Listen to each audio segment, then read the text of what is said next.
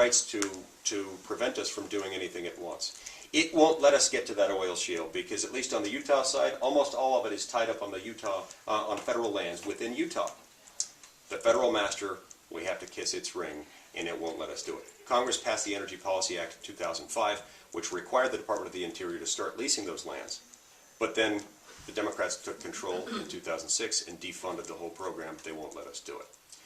The problem goes back 223 years to a man who had the foresight to understand the ramifications of it. He didn't even understand why petroleum oil would be so valuable to us, but he did get one thing. His name was Elbridge Gerry. He was a delegate to the Constitutional Convention from Massachusetts. They actually did have some good ideas from Massachusetts in those days. That has since ceased to exist.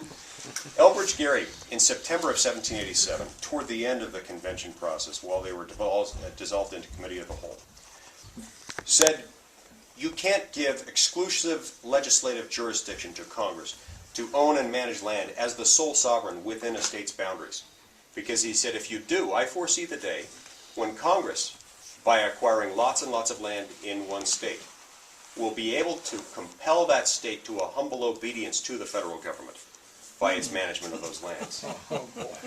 He saw that this was a problem, and he raised it, and hats off to him. This builds my personal belief that these were inspired men, inspired by God.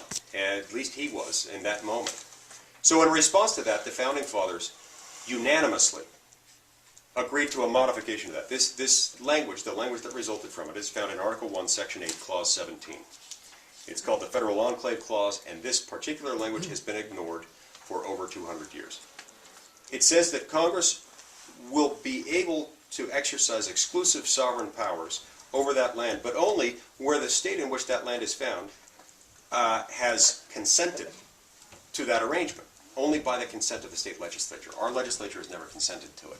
What that means is that we can tax that land, we can regulate the use of that land, and we can, where appropriate, condemn that land and take it by eminent domain. Once we start doing that, it makes it a lot harder for the federal sovereign to act as the sole sovereign, and eventually they'll have to start selling this stuff. We can rebel. We can rebel by sending them a tax bill. We can rebel by sending them back congressmen who will do this. Once we open up that federal land, that unlocks our energy potential. Almost all of our energy generating capacity is on federal lands.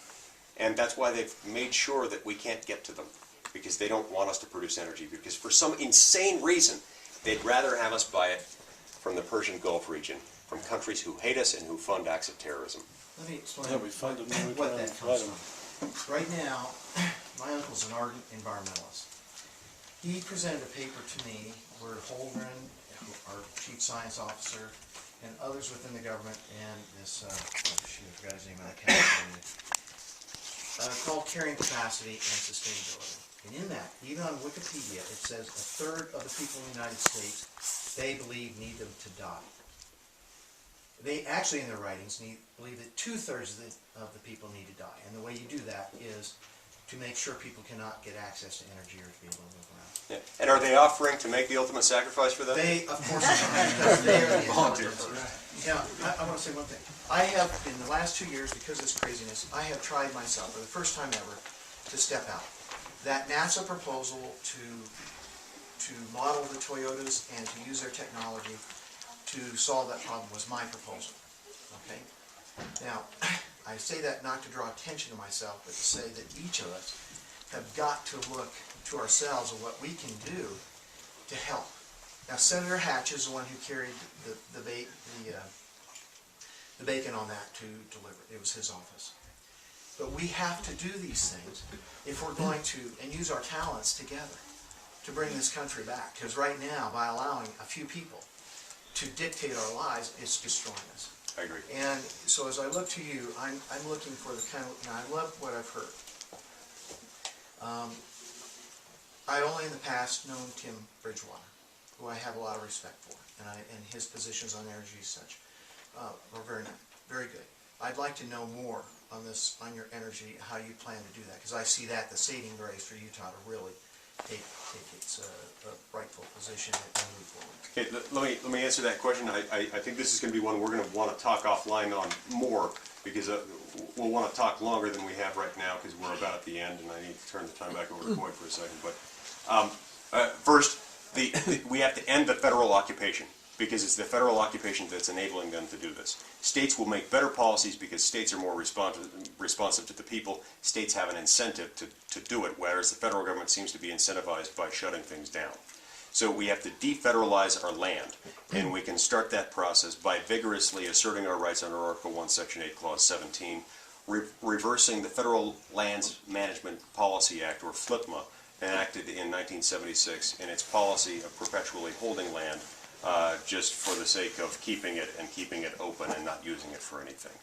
Once we reverse that policy and we restore power to the states will immediately not only allow, but they will facilitate aggressive energy production on a level that will make us wealthy. We're poised to be one of those states. Our state government is very pro-energy development, and it will immediately step up to the plate, not only to allow it, but also to facilitate it. And we will become wealthy, we will become prosperous, we will cease to be 51st in the nation in terms of per pupil education funding. As far as I'm concerned, we can and we will become #1, but we'll do it through energy development in our state. Before I know some of you have to head out, and I know you want to get a donut before you go. So those are at the back. We just want to thank everyone for spending your morning here with us and listening to Mike. You're part of an amazing group of people out there.